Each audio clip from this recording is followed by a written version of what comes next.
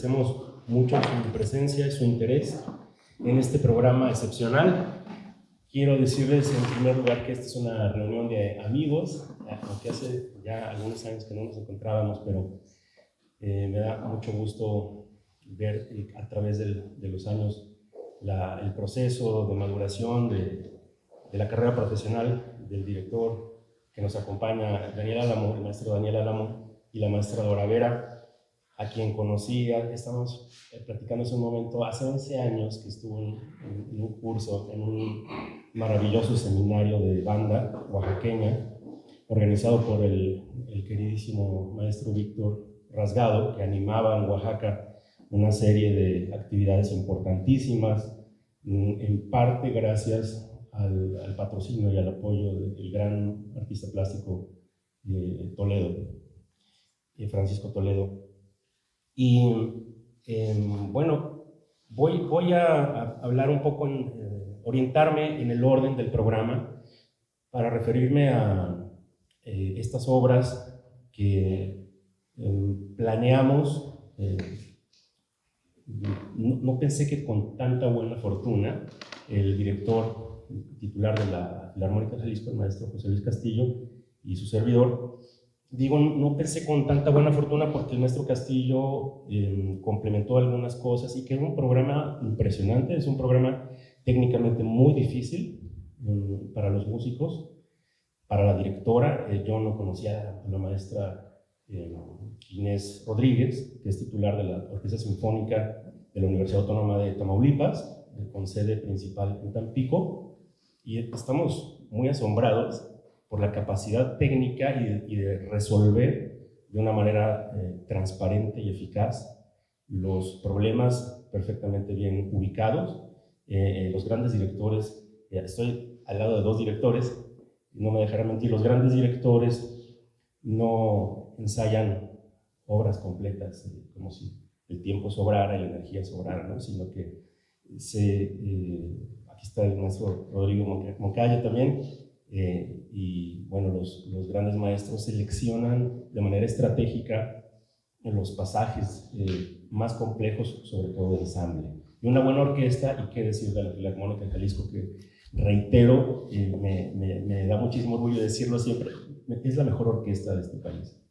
Y la manera de aprovechar estos talentos con una dirección tan eficaz como la de la maestra Inés Rodríguez, pues ha facilitado muchísimo el entendimiento musical de lo que vamos a escuchar. Me parece un programa impresionante por varias razones. La primera es que parece que los compositores, compositoras, se hubieran puesto de acuerdo, porque es como si fuéramos a escuchar una gran obra hecha de varias obras. Esto es algo en principio muy extraño, pero primero, ¿por qué digo esto? El hilo conductor es la banda, y de manera importante la banda oaxaqueña. En México tenemos diferentes tradiciones de banda sinfónica y otro tipo de bandas. Esta es la banda clásica que se atraviesa en el programa con de manera muy emblemática los dos himnos populares de Oaxaca, que son dos grandes composiciones, sobre todo en el sentido melódico que todos muy bien identificamos: Dios nunca muere, vals de Macedonio Alcalá, y La Sandunga, que es un vals, una canción muy popular de Oaxaca, la escuchamos en la Guelaguetza, en fin. Y les pido por favor su mayor agudeza en el oído para que vayan identificando cómo se va construyendo esta complejidad.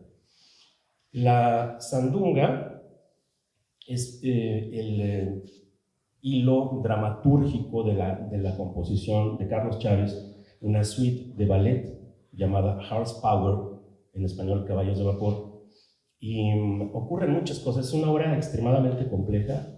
Me parece que podríamos decir que es la mejor o una de las mejor logradas en el catálogo sinfónico de Carlos Chávez, que escribió mucha música orquestal. Y esta es probablemente la más compleja, la más difícil de dirigir, la más densa. Es una obra, esto no viene en las notas del programa, que no las escribe la maestra Mario Muñoz, pero es importante recordar que son 4 movimientos, dentro de los cuales el segundo tiene 3 partes: una danza, un tango y una danza general, así la llamó Chávez.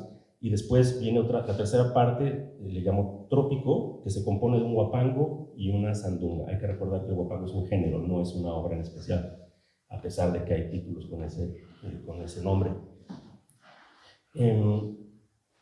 El tango va a ser, en Caballos de Vapor, el atractor rítmico que nos va a atrapar,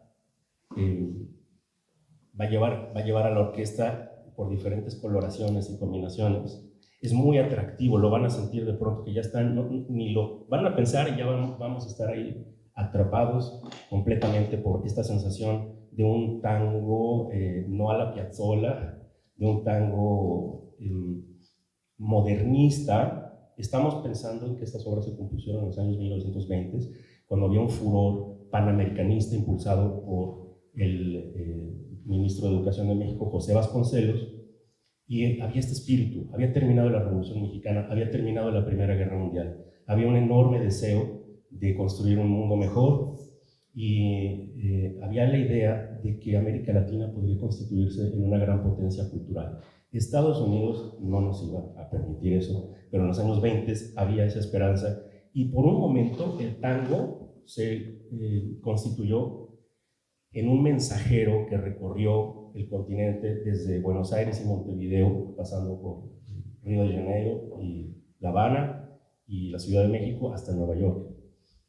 No sé si ustedes lo sepan, pero en esos años 20 el tango era el espíritu de la modernidad. Es como el Art Deco en la arquitectura.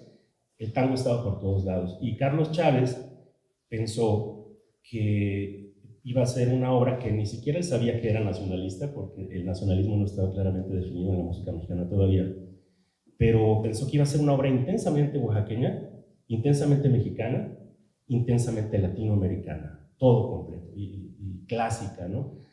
Carlos Chávez tenía 26 años cuando empezó a pensar en esta composición, y le llevó 4 años definirla y llevarla al papel. Y todo esto fue acompañado por el maestro Diego Rivera, que quería emprender una conquista cultural de los Estados Unidos.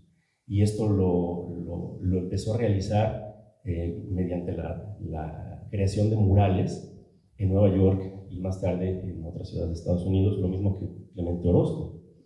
Pero estos grandes artistas, Rivera bastantes años mayor que Chávez, consideraban que la cultura mexicana era tan poderosa que podía, mientras que Estados Unidos intentaba una y otra vez recolonizar América Latina, la cultura mexicana era tan poderosa y las culturas latinoamericanas que más bien podría preverse lo contrario. Es muy interesante que después de casi 100 años vemos que estas obras conservan ese enorme poder. Y miren, ahora hablando de Carlos Chávez como un gran modernizador, veamos Chávez, originario de la Ciudad de México, miembro de una familia muy acomodada, tuvo un hermano que fue secretario de Hacienda, pero veamos este gran contraste. Esto nunca se había hecho en México, contrastar a Carlos Chávez con su antípoda, José F. Vázquez, muy oscurecido, porque el maestro Vázquez no tenía las grandes dotes políticas de Carlos Chávez, ni las conexiones con el mundo del poder en Washington, en Nueva York, ni en la Ciudad de México. El maestro José F. Vázquez se conformó con crear la Orquesta Sinfónica de la Universidad Nacional Autónoma de México, en esa época llamada Orquesta Sinfónica de la Universidad Nacional. Mientras hacía eso, componía 2 o 3 óperas al año y 2 o 3 sinfonías, mientras planificaba las clases que daba en la propia escuela que él fundó, aparte de la escuela, que era una escuela privada que todavía existe, se llama Escuela Libre de Música en la Ciudad de México.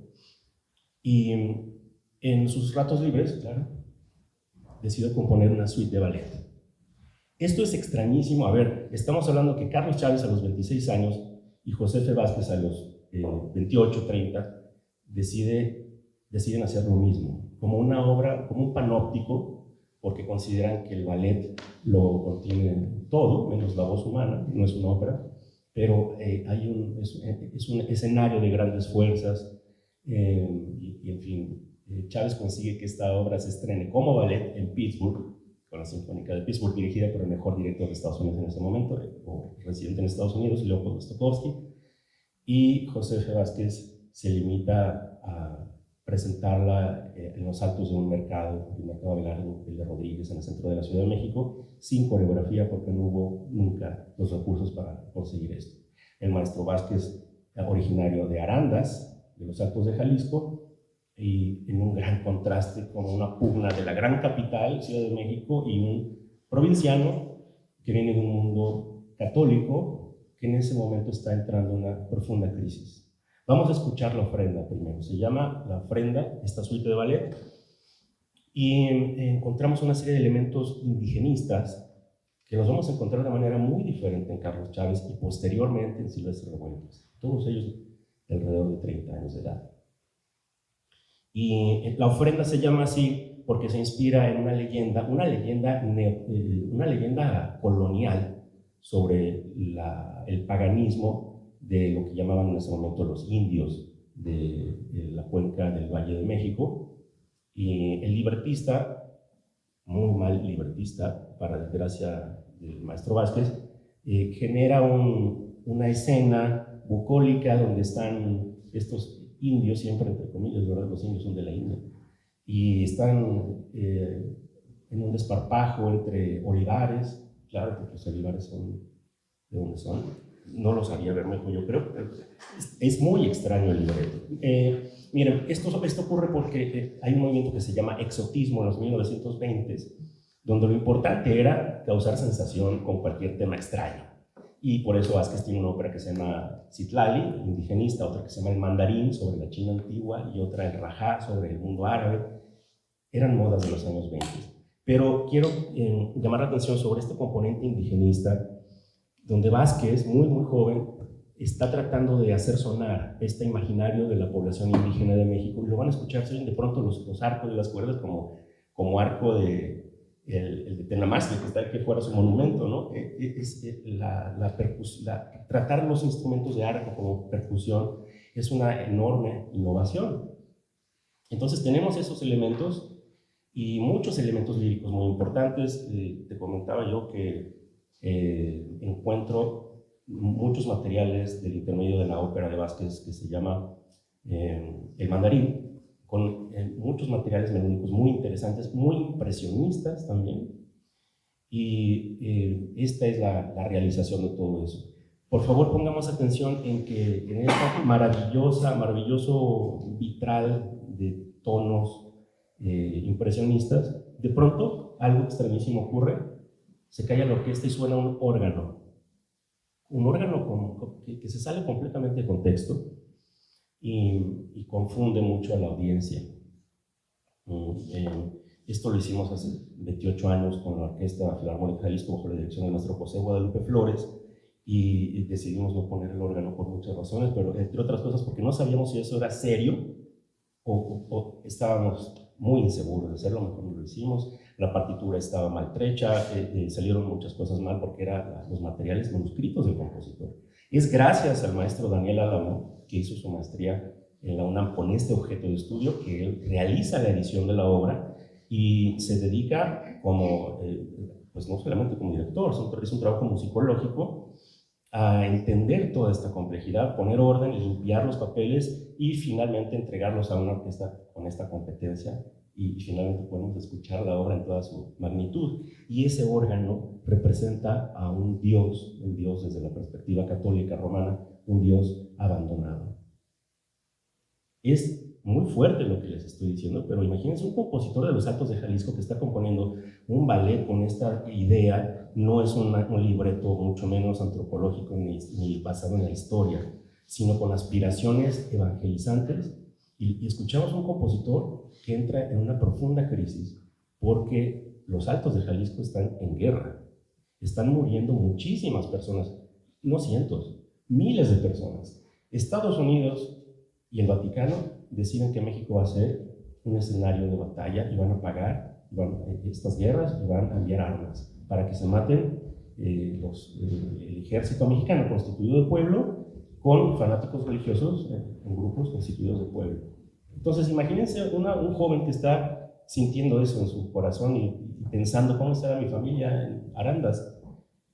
Es muy interesante que percibimos un enorme desconcierto, así que por favor, como esa sinfonía, la séptima de Shostakovich, que yo la primera vez que la quise analizar hace muchos años, pensé, aquí el maestro Shostakovich bajó mucho su calidad. ¿Qué le pasó? Pues ¿qué le pasó? Que estaba en el sitio de Leningrado. Esa sinfonía está escrita en el papel tapiz de su casa, en parte del papel tapiz de su casa, porque la otra parte la reservó para comérsela con su esposa en el sitio de Leningrado, donde murieron miles de personas de hambre. Entonces, escuchemos en esta profundidad histórica, en esta dimensión humana, estas dos suites de ballet, y que me parece interesantísimo como ver un planteamiento de país a través de una música y otro planteamiento completamente diferente. Uno se está despidiendo de la influencia española, católica, mientras que el otro está dando la bienvenida a un panamericanismo en pugna con el nuevo poder de Estados Unidos. Termino porque quiero ceder la palabra a mis compañeros, compañero. Termino diciendo que el inicio del programa es la obertura colonial de Armando Lavalle, un compositor bastante ignorado en México, pero muy eficaz, un hombre que trabajó la mayor parte de su vida como violista con la Orquesta Sinfónica de Jalapa en los años 1940, 50, 60, y que compuso mucha música que desconocemos en su mayor parte. Vamos a escuchar esta obertura que llama obertura colonial, que no tiene tanto de colonial, aunque de pronto se escuchan algunas melodías como dentro del interés de Miguel Bernal Jiménez, que es un compositor fundador del PAN. También hay que ver esa influencia de ese lado, que proponían una revaloración del mundo novohispano. Y Leonardo Lavalle en esta obertura trata de ser como una especie de mapa a través del tiempo y el espacio de la música popular mexicana, y por eso digo que se ven como unas bandas que se cruzan de una manera un poco desordenada hasta que de pronto todo se armoniza y se acabó. Es una obra breve, pero este es el preámbulo para toda la complejidad que vamos a ver de esas bandas y otras más que se van atravesando en nuestro espacio sonoro y van construyendo esta enorme complejidad. Ya hablé de Horsepower, de la ofrenda, de la obertura colonial. Antes de ceder la palabra a la maestra Dora Vera, nada más quiero decir que la obra de Chávez se titula Horsepower o Caballos de Vapor, porque esa es una unidad de medida de poder mecánico, y está muy asociado yo sospecho que ese título no es de Chávez, ese título se lo impuso Diego Rivera. Si vemos los murales de Diego en esa época, vemos que coexiste el mundo tropical, las frutas, las verduras, las raíces, el cielo y máquinas, en un contraste que Diego Rivera quería que apreciáramos de esa manera. Bueno, hecha esa aclaración, le quisiera pedir a la maestra Dora que nos hablara de su composición. Nada más quiero presentarla brevemente. Tiene un currículum bastante amplio, no nos queda mucho tiempo como para leerlo todo, pero es muy importante compartir con ustedes el hecho de que es miembro del Sistema Nacional de Creadores de Arte. Estudió la maestría de composición en el Conservatorio de Milán, en Italia, donde estudió el maestro hace tiempo, en los años finales de los 80, con el enorme profesor de profesores, Franco Donatoni. Y viene la maestra Dora de esa tradición de grandes maestros oaxaqueños que no se dejan influenciar por Italia. Más bien es como, a ver, ¿qué sabes tú que me sirva a mí? Porque eso me quedó muy claro con Víctor, y con la maestra me queda todavía más claro, pero fue desde luego que salir del país y estar en un plantel tan importante como ese es muy enriquecedor.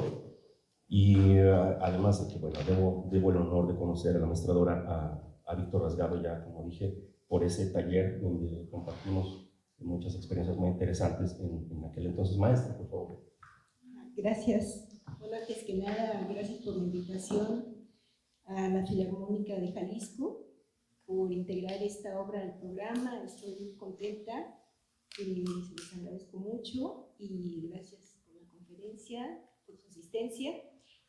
Y pues sí, me lancé desde Oaxaca porque pues es una gran oportunidad poder escuchar la obra de uno, ¿no? Porque es difícil que toquen nuestras obras, ¿no? Los compositores contemporáneos sufrimos un poco de eso, de que nos cuesta mucho trabajo gestionar los estrenos de nuestro trabajo.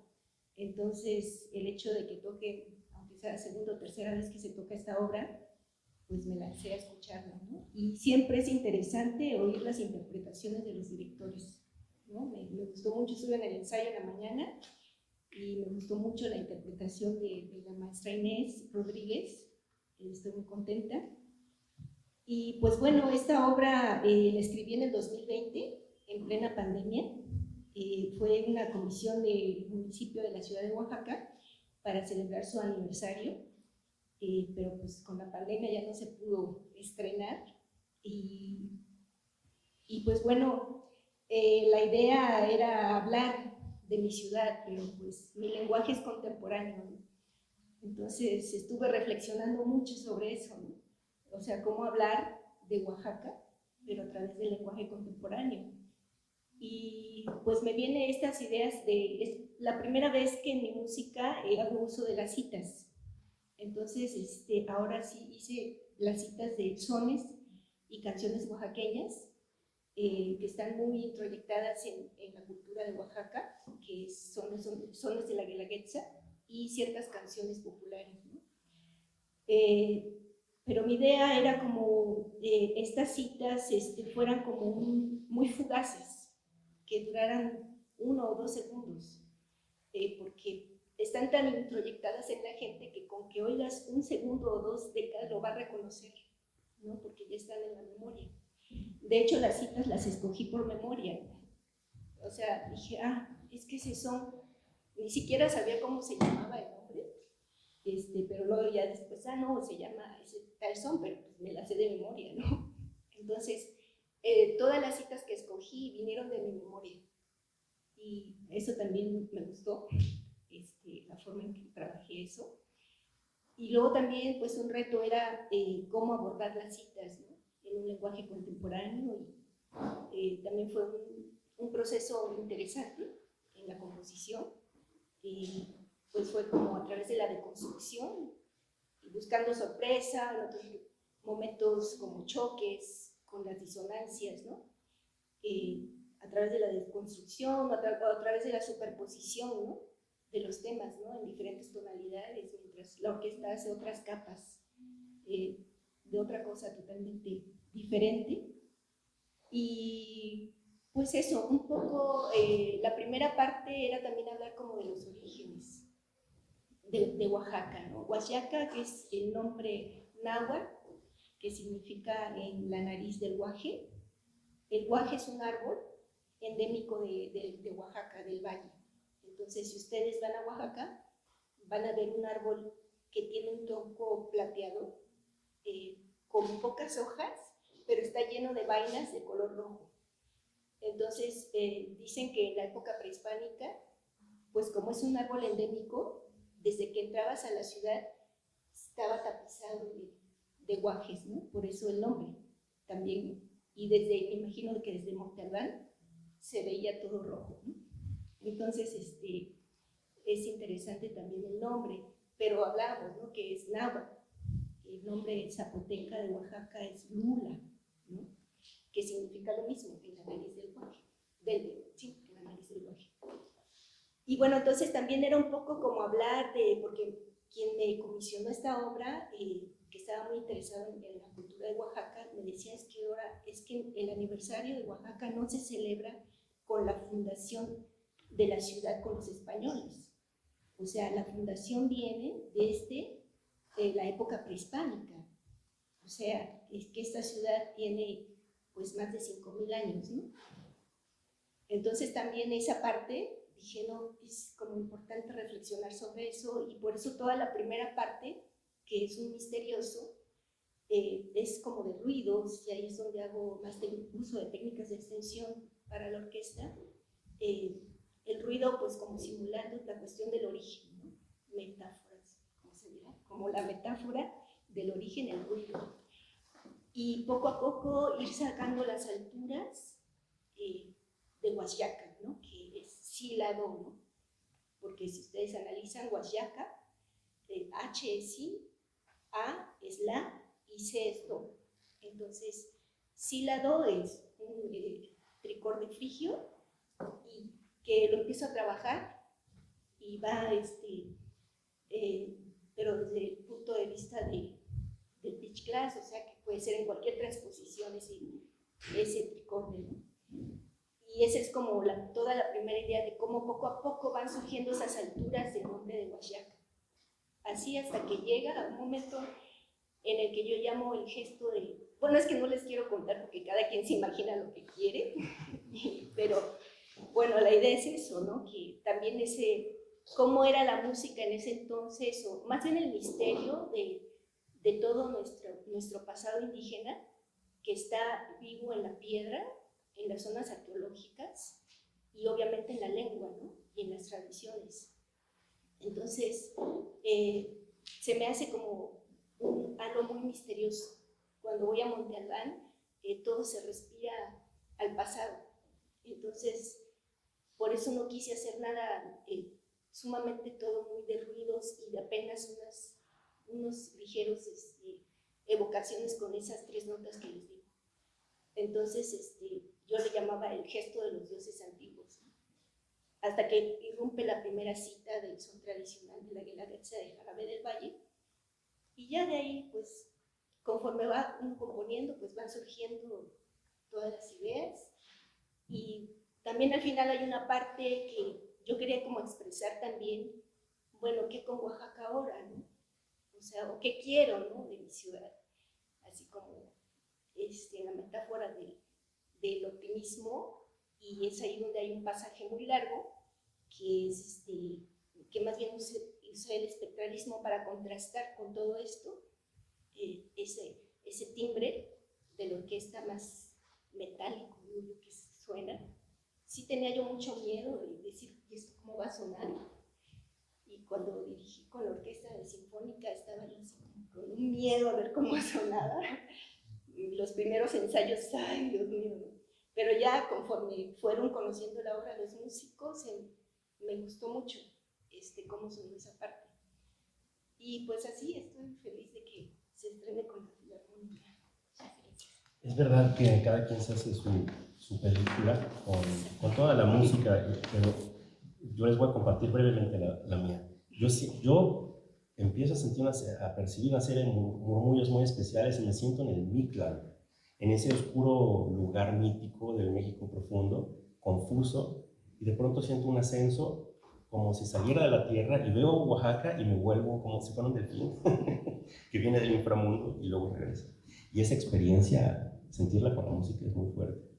No sé qué dirías al respecto. Sí, bueno, es que cuando la estrenamos en Oaxaca recibí muchos, pues, de la gente, ¿no? Estaba muy contenta y pues, muy impresionada porque como quizás aquí en Guadalajara no se conocen los temas, no se lo saben, pero bueno, de alguna manera tiene su, digamos, efecto, porque es tonal, o sea, se reconoce muy bien lo popular, se reconoce muy bien la banda. Sin embargo, en Oaxaca tiene un significado cada música. Por ejemplo, el final del Dios nunca muere, y ese sí lo escogí a propósito muy claramente, la frase que dice, muere el sol en los montes. Cuando dice el coro, canta eso, escogí esa frase, porque es el final. Entonces sí pega muy duro a la gente, porque finalmente es el desenlace, ¿no? Entonces como que también quise reflexionar sobre la música popular y o sea, la gente está muy anclada a lo popular, pero a veces de tanto que la oye, ya como que ni piensa en eso, ¿no? Entonces el hecho de oírla de esta manera, como que les hizo pensar mucho, ¿no? Entonces eso fue interesante. Muchísimas gracias. Pues quiero aprovechar la valiosísima presencia también del maestro Daniel Álamo en este proceso tan complejo de recuperación, técnicamente muy difícil, ¿no? Para convertir de un puñado de papeles que se están borrando, que se están perdiendo. Afortunadamente no ocurrió, pero el reto de trabajar con estos papeles, con estos materiales viejos y llevarlo hasta este nivel que permite esta interpretación, pues es un enorme reto. Daniel, por favor, compártenos un poco sobre esto. ¿Qué tal? Buenas tardes. Pues afortunadamente no es algo que se empieza de cero. Esta recuperación de toda la obra de José F. Vázquez y por supuesto el primer catálogo que se hizo, que fue algo que hizo Gabriel hace ¿cuántos años? No me digas cuántos. hace algunos años. Pero ya a partir de ahí se puede empezar a recuperar un montón de cosas y de hecho hay ya varias personas que están recuperando obras, concierto de violín, en fin, hay de piano. Los líder. Los líder también, ahí los tenemos. Los líder también ahí los tenemos cerca. Bueno, pero bueno, sí, había que pues, echarse un clavado ahí a la partitura, que afortunadamente pues son un montón de papeles que están ahí, que podemos verlos, ¿no? Que en este caso se hizo la digitalización con los medios que había en el momento, que aunque no tiene mucho, pues fue en el 2013 que se empezó la digitalización. De todos modos, los cambios que hay en tecnología de ese momento a ahorita son gigantescos. Entonces, bueno, los medios sí importan. Pero bueno, se ha podido hacer un rescate bastante interesante. Y hay la partitura, y que bueno, esa estaba en Ciudad de México, y las partes de la orquesta que todavía tienen bastantes aquí. Es algo, sí, pero bueno, están, y es algo bastante afortunado, porque entonces no estamos a ciegas, ¿no? Y bueno, sí se hace todo el trabajo de pues, la comparación, porque hay, por supuesto, entre las copias de las partes orquestales y la partitura, pues hay a veces alguna discrepancia, hay que hacer un trabajo de análisis, por supuesto, y pues hacer todo el estudio que resulte interesante al respecto. Y es tanto hay que ver cómo se va a recuperar el material, como pues ya meterse en el contenido en este caso, el ballet azteca. La historia es muy sencilla. Narra cómo la Sierra de Santa Catarina, que está en el sur de la Ciudad de México, fue generada a partir de un castigo divino, porque unos gobernantes de Texcoco estaban ofreciendo su corazón a una joven hija de un cacique de ahí de la misma zona, y entonces un único Dios, hace como castigo que todos los presentes ahí se quemen y se conviertan en las montañas y volcanes de esta Sierra de Santa Catarina, siendo la joven pretendida por todos el cerro Caldera, la caldera que está ahí en la parte norte-sur, en la parte del este de la sierra. Es sencilla la trama y con un tratamiento un poco, por momentos, un poco despectivo por parte de Bermejo, hacia el libretista, que es Bermejo, hacia las comunidades indígenas. Pero bueno, ahí entra un poco esta parte que comenta Gabriel de la crisis en la que entra José F. Vázquez. Por un lado, él está tratando de enaltecer las culturas propias de nosotros, pero por otro lado se enfrenta a un libreto que no lo permite tanto. Y entonces llegan pasajes como este del que hablaba Gabriel, en el que el órgano en un coral completamente vertical parecería que está totalmente fuera de contexto. Sin embargo, justo él está poniendo en contraste todo lo que está narrando la historia sobre otros dioses y sobre otras costumbres, y de pronto contrastar eso con un único Dios que es la parte católica, ¿no? Y entonces este coral en órgano, pues por supuesto hace alusión a cómo se cantan, a cómo se hacen los corales en una iglesia católica.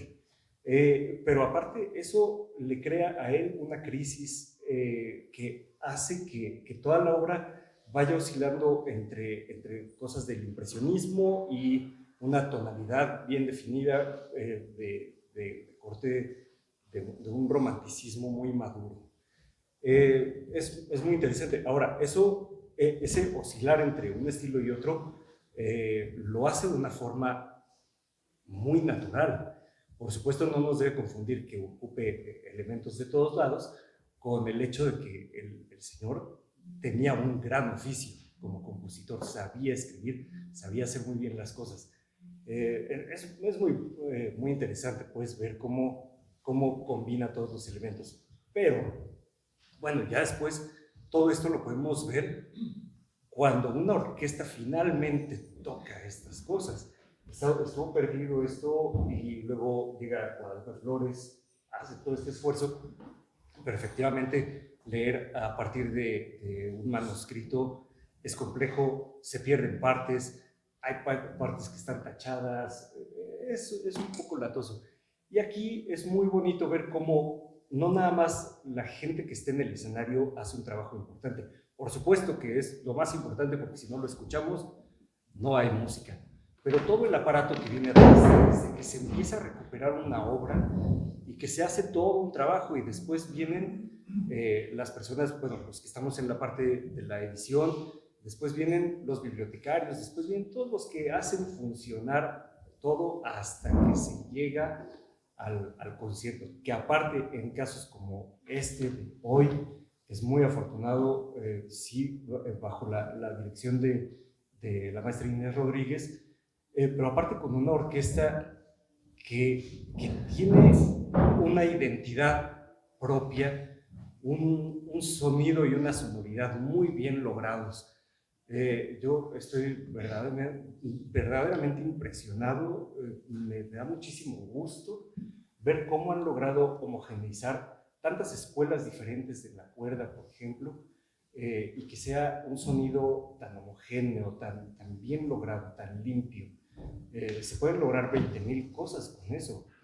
Y entonces, una buena orquesta que ya tiene su identidad propia, con una directora eficaz, y vamos, hay todas las condiciones idóneas para que se dé este reconocimiento de obras que vale la pena rescatar y que ojalá que se integren ya a un repertorio que se toque de manera mucho más continua. No nada más en la parte musical, que es como lo vamos a escuchar hoy, sino que también se integre al repertorio de ballet, por supuesto. Hoy no vamos a poder ver en el concierto las escenas, entonces pues vamos a poder concentrarnos solamente en la parte musical. Cuando se tocó esto en la Facultad de Música, con la orquesta de la facultad, se fue bajo mi dirección, en 2015, si no mal recuerdo, 2015-2016, hubo, por propuesta de Gabriel, ¿cómo se llama esto? Supertitulaje. Entonces poníamos las notas que pone Josefe Vázquez en la partitura de la escena, el libreto pues, lo poníamos arriba ahí proyectado. Entonces eso ayudó mucho a que el público fuera guiándose y fuera sabiendo como que fuera siguiendo la escena, ¿no? En vista de que no hay un ballet presentándose. En este caso no lo vamos a tener, ni el ballet, pues, ni la escena, ni el supertitulaje, pero aún así podemos escuchar todo el otro enorme trabajo que tiene Josefe Vázquez, toda la riqueza de sonido que logra, toda la riqueza en la estructura, en la composición, que está fenomenal. Entonces, y a mí me da muchísimo gusto ser parte de la recuperación de un compositor que merece estar metido ahí en el repertorio de cualquier orquesta. Es un orgullo que hay que volver a escuchar en todas las salas, ¿no? tiene música de cámara, tiene ballet, tiene óperas, tiene de todo. Entonces creo que vale la pena recuperarlo y pues para mí es un gran gusto estar aquí. Muchas gracias, Daniel.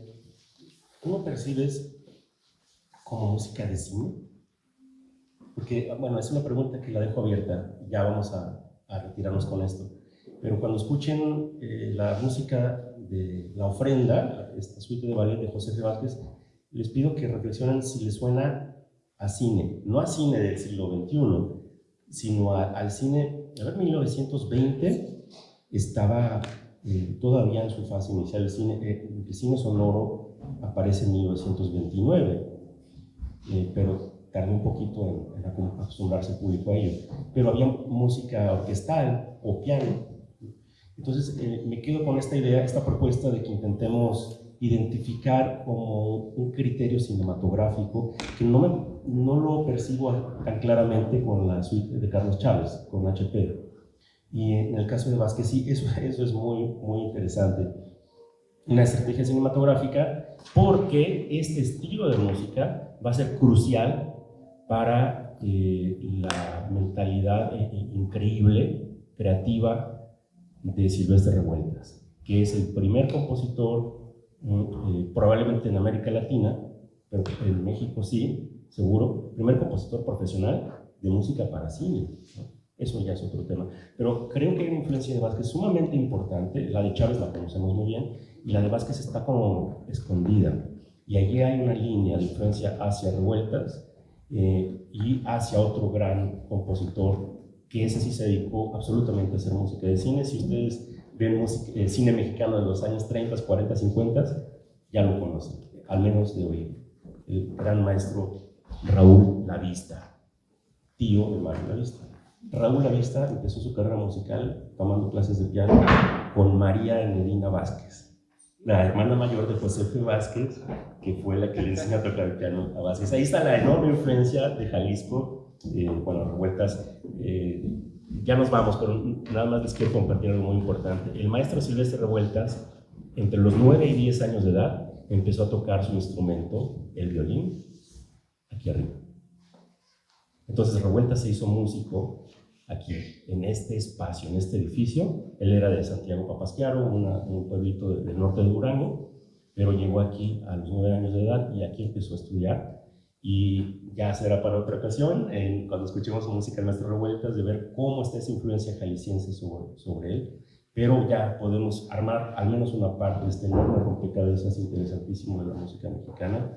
Y les agradezco muchísimo su atención y les comparto mi emoción por que vayamos a escuchar un programa tan extraordinario. Esto es único, con música sinfónica mexicana exclusivamente, en este mosaico histórico, discursivo, estético extraordinario. Muchas gracias y que disfruten el concierto.